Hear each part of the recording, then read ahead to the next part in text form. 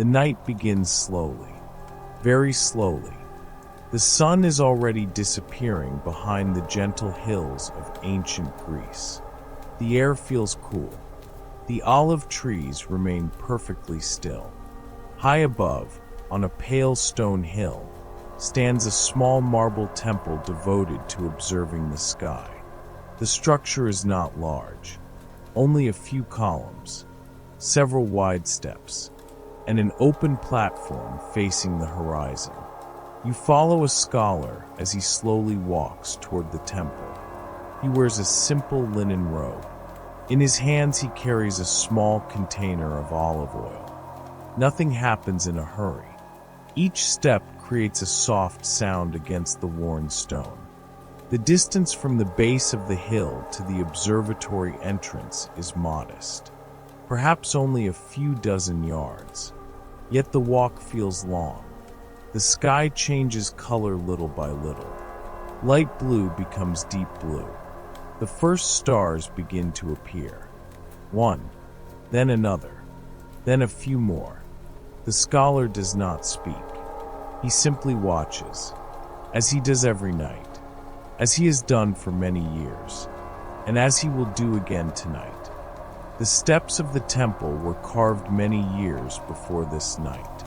The stone remains cool, smooth in some places, worn in others.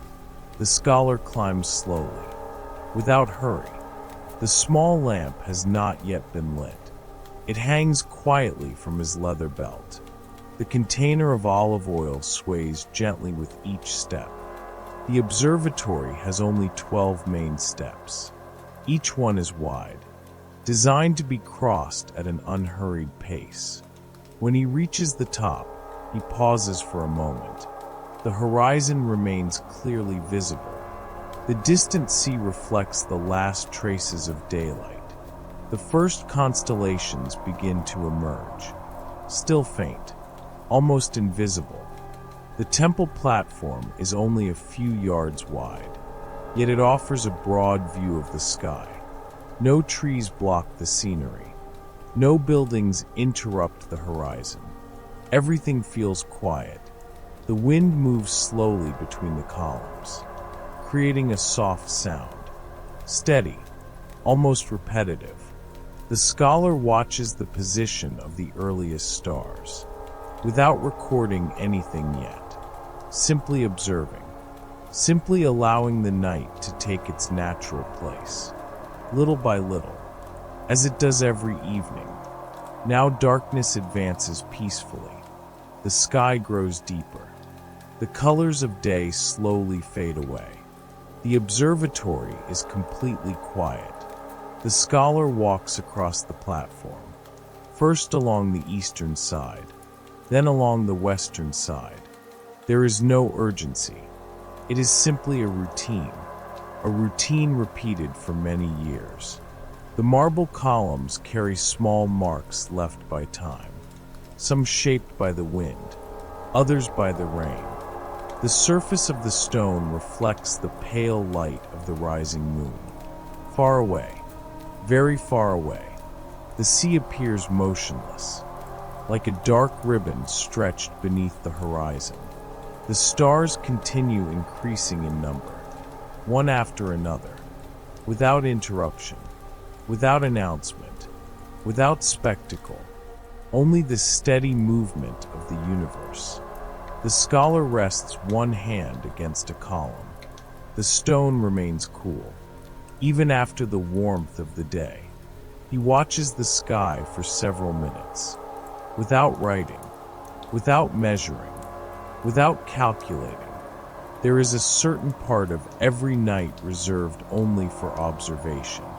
And this is that moment, a simple period, quiet, and entirely ordinary for someone who has devoted his life to watching the stars. The time has come to light the lamp, a simple task, small, and performed the same way every night. The scholar places the olive oil container upon a wooden table. The table has no decorations, no carvings, no paintings, only a flat surface used for work. He checks the level of the oil, then examines the wick. Everything appears suitable. The lamp itself is made of clay. Its shape is simple, practical, common for the period. Using a small preserved flame from a protected container, he touches the wick. The light appears immediately. Small, golden, peaceful. Shadows begin to move across the marble walls. Slowly, without hurry, the flame creates only enough warmth to illuminate the table. Nothing more.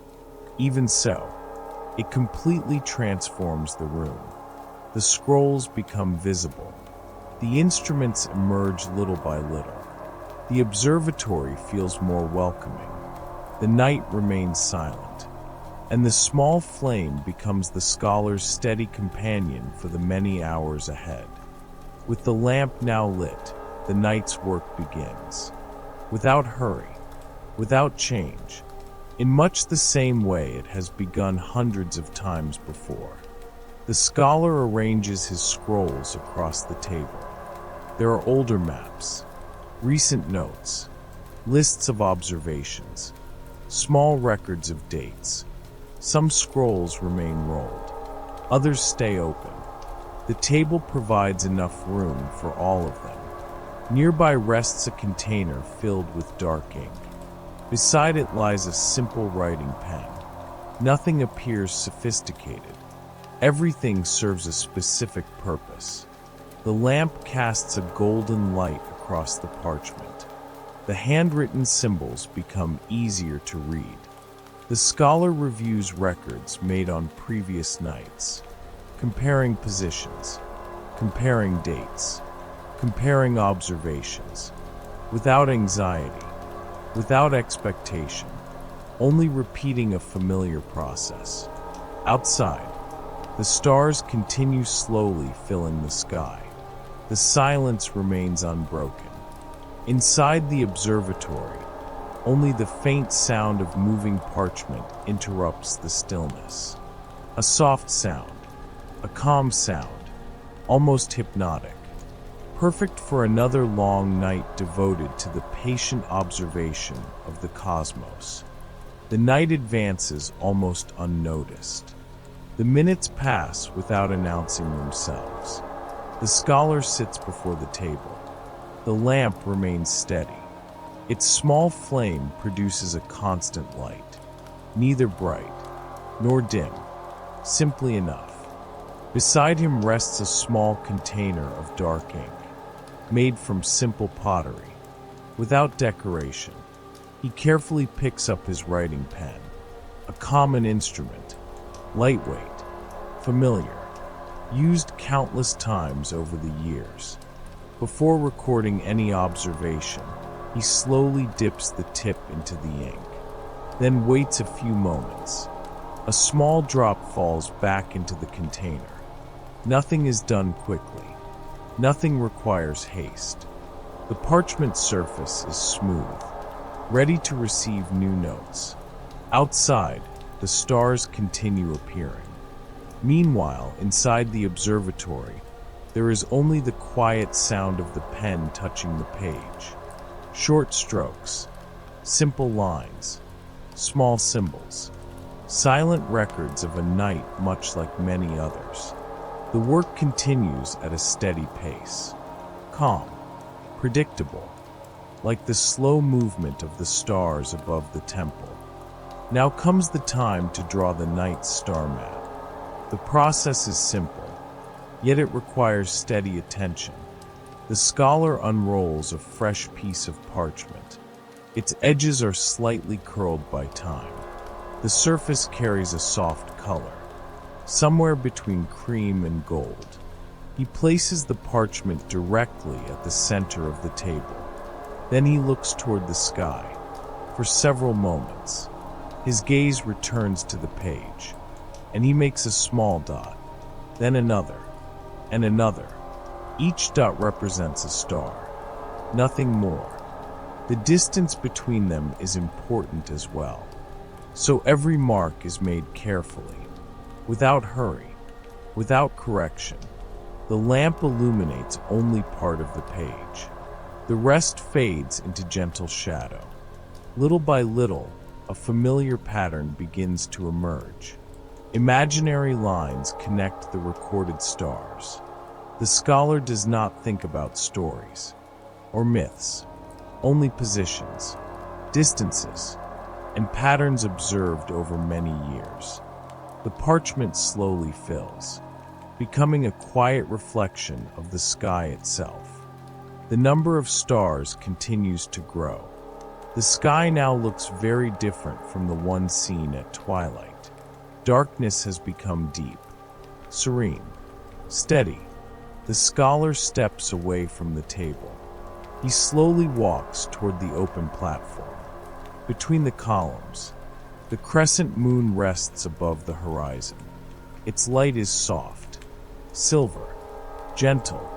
It illuminates portions of the marble, creating bright areas and dark ones. The contrast remains subtle. Nothing draws attention suddenly. The observatory feels suspended between earth and sky. Below the hill, the olive trees remain motionless. The sea stays distant, silent. Most of the world appears asleep. Yet the scholar remains awake, watching, simply watching, the slow movements of the heavens. The constellations become more distinct, easier to recognize. Even so, he takes no measurements, writes nothing, records nothing. This is simply another quiet period reserved for looking at the sky itself. Without instruments, without calculations, only with his eyes, and with the patience gained through many years of peaceful observation. After a long period of silent observation, it becomes time to use one of the observatory's instruments, the astronomical quadrant. It rests upon a stone table, near the scrolls, near the lamp. Its design is simple: a curved surface, engraved lines, measurement marks. Nothing appears complicated at first glance. The scholar lifts the instrument carefully, as he does every night.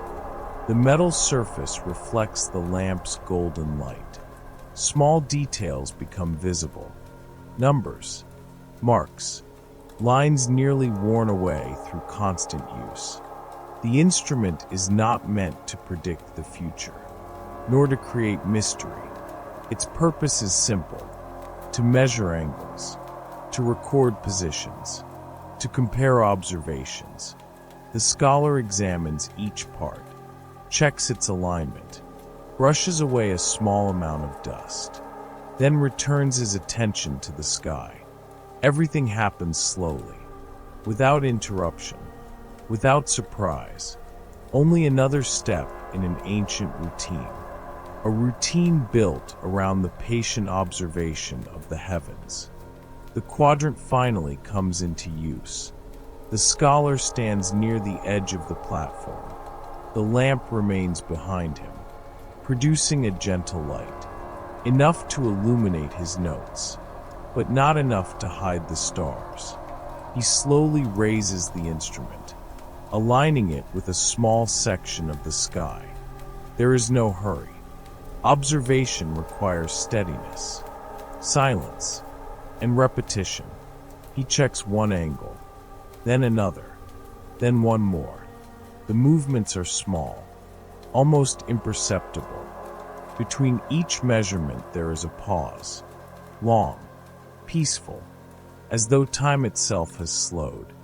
The constellation Orion begins to stand out above the horizon. Its stars become more visible, more defined.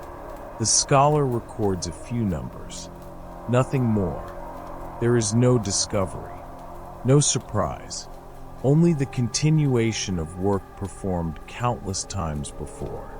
Above him, the universe follows its silent course. Below, the temple remains still, and between the two, the scholar continues observing, measuring, recording, and allowing the night to move forward slowly. The night has now reached its deepest form. The sky is filled with stars, in every direction. Above the eastern horizon, one constellation becomes increasingly clear: Orion. The scholar has known this group of stars for many years, perhaps for decades. Even so, he continues to watch its arrival with the same calmness, the same quiet attention. He stands motionless near the edge of the platform. The lamp rests upon a small stone table. Its golden light remains steady. The wind is gentle, almost absent. Orion continues rising slowly. Its movement is so subtle that it seems motionless. Yet the scholar knows it is there. Little by little, minute by minute, the three stars of the belt become easy to recognize. Above them, other stars create familiar patterns. Below them, additional points of light complete a figure observed for generations. There is no need for haste. No conclusion must be reached. There is only observation. Simple observation. An ancient activity. Quiet, and perfectly suited to a long night beneath the Greek sky.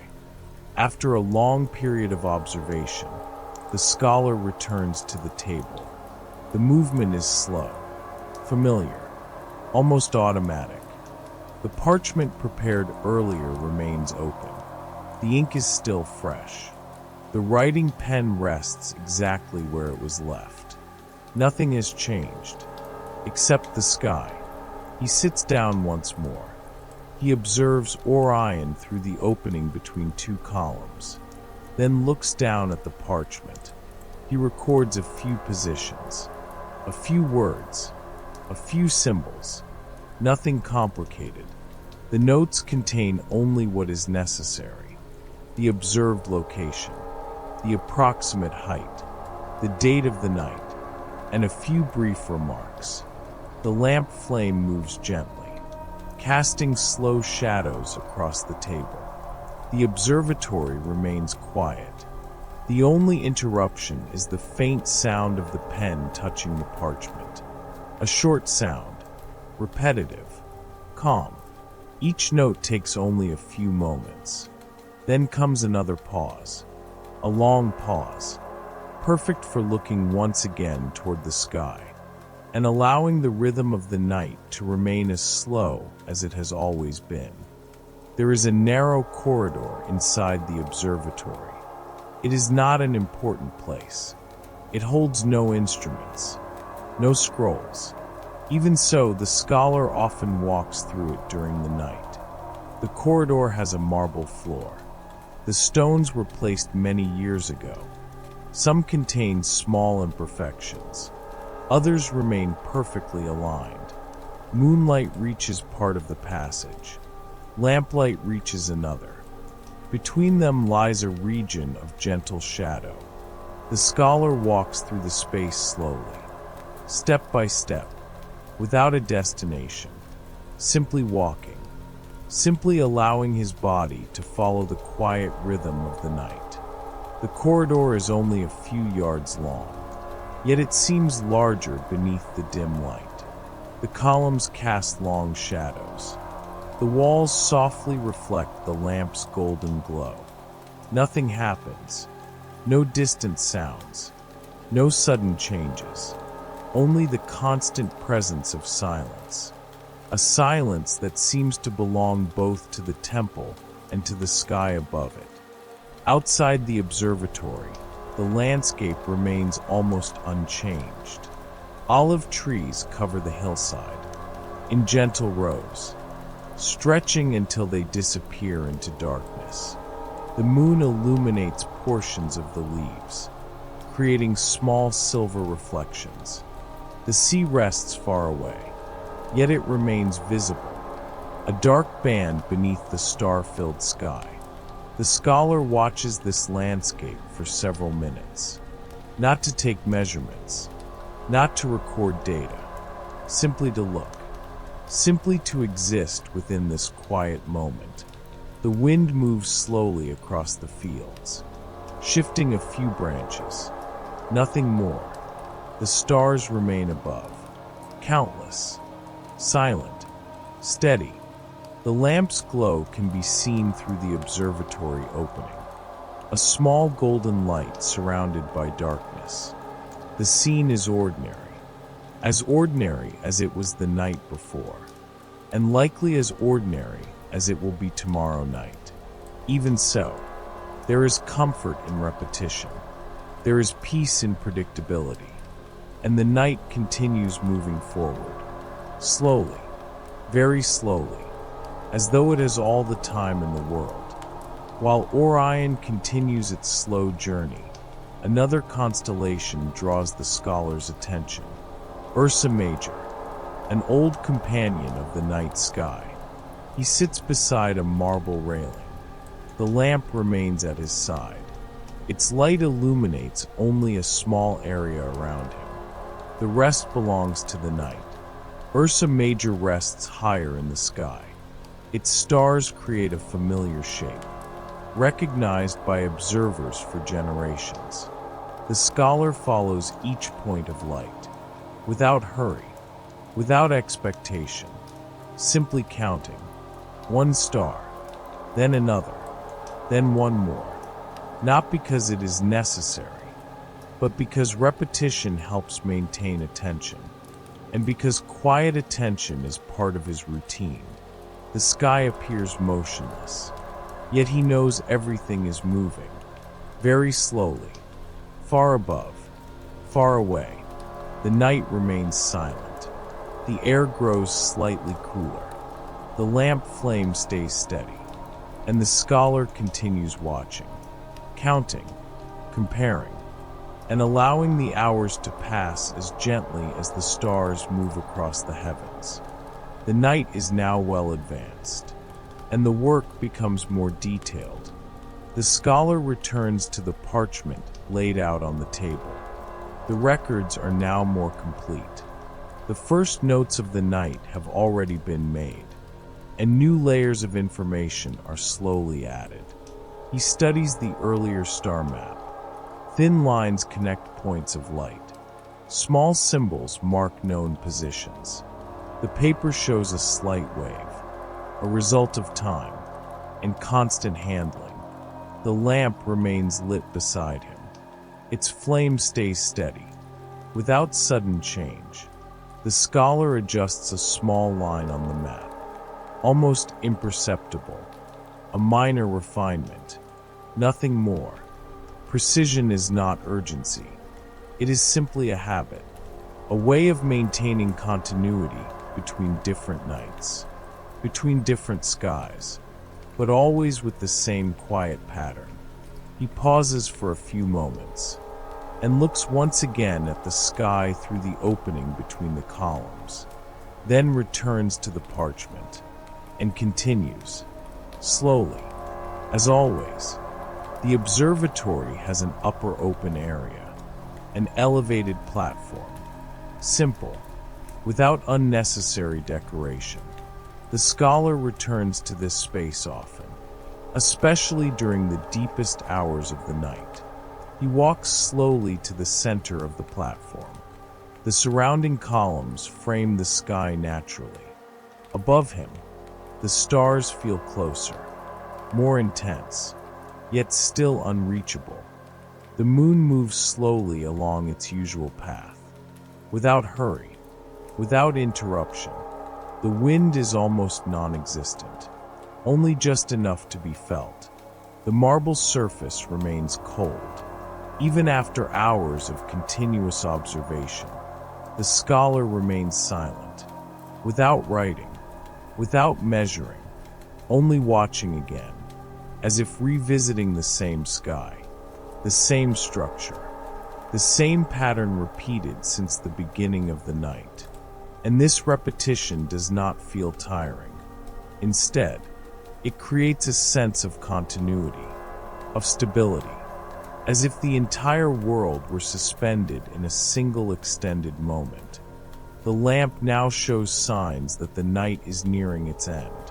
The flame remains alive, but lower, more controlled. The scholar notices this without hurry. He gently adjusts the oil container. A small gesture, almost automatic. The table remains organized. Scrolls, instruments, ink, everything stays in place. Only time has changed. Outside, the sky is still full of stars, but the feeling is different, calmer, slower, as if everything is beginning to rest. The scholar does not stop his work. He simply adjusts the rhythm. Fewer notes, more observation, more silence. He looks at Orion again, then at Ursa Major.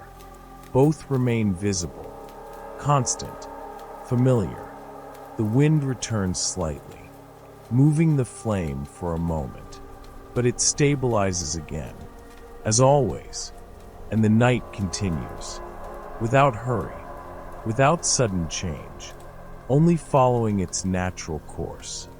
Now the sky becomes the true focus of observation, without instruments, without records, only direct sight. The scholar stands on the open platform, between marble columns, observing the heavens as a whole. Orion remains visible, Ursa Major as well. Both constellations appear fixed, but they are not. Everything moves, slowly, with precision, on scales beyond immediate perception. The scholar follows this invisible movement, without trying to interfere, without trying to understand beyond what is needed. He simply observes, as he has done throughout his life. The sky does not demand answers, only presence and quiet attention. The lamp's glow remains behind him, small, constant, almost symbolic, as if marking only the human presence against the vastness above. The distant sea remains dark, the olive trees remain still, and the universe continues its path, without hurry, without interruption, without visible direction. The night enters its quietest phase. Almost all actions become slower, more spaced out. The scholar returns to the inside of the observatory. The room is darker now, but still illuminated by the lamp. He sits again, not to begin anything new, but to continue in a lighter way. The scrolls remain open, yet they are used less at this moment. Direct observation becomes more frequent than writing. The dominant sound is silence, interrupted only by small changes in light. The flame flickers gently, without losing stability. The scholar remains still for a few moments, simply breathing, simply observing, without focus on specific tasks. The night has already reached its peak intensity. Now it simply continues, like a continuous flow, without demands, without events, only presence and soft repetition. The kind of moment that seems to have no clear beginning or end. Silence now becomes deeper. There are no urgent tasks left, no important measurements. The scholar remains seated for a long period, completely still, simply watching the steady glow of the lamp. The scrolls remain spread across the table, but they are not touched. There is no need for adjustments at this moment. The body slows down with the night. Calm breathing, steady rhythm. The observatory feels even quieter than before, as if it has absorbed all possible sound over the hours. Outside, the stars continue in the sky, but they no longer demand detailed attention. Now they are simply presence, a constant background of distant light. The scholar leans gently back in his wooden chair, without leaving a state of awareness, but without effort either, an intermediate state. between work and rest, between active observation and simply existing. Everything remains exactly where it is, and that is enough. The transition from night to early dawn begins almost imperceptibly. There is no exact moment, only gradual change. The dark sky slowly loses its intensity. Very slowly, the scholar remains on the platform, watching this transformation without interference. The stars are still present, but some begin to fade. Others grow weaker. The eastern horizon shows a slight shift in tone, a very soft gray, almost non-existent. The distant sea reflects this new shade, without brightness, without strong contrast. The lamp continues to burn, but now it appears more noticeable against the changing sky. The scholar does not record anything at this moment. He simply observes. As always, the rhythm of the night moves toward its natural end, without hurry, without rupture, only continuity. The final notes of the night are written even more slowly, almost symbolically. The scholar reviews the final parchment, checks the recorded positions, checks the small adjustments made throughout the night. Everything is complete, or at least sufficient. The lamp is nearly finished, the flame reduced. Low, steady, but fragile. He writes one last line, short, simple, without emphasis. Then he sets the pen aside, without ceremony, without dramatic conclusion. The table remains organized. The instruments stay in place. Nothing is removed. Nothing is added.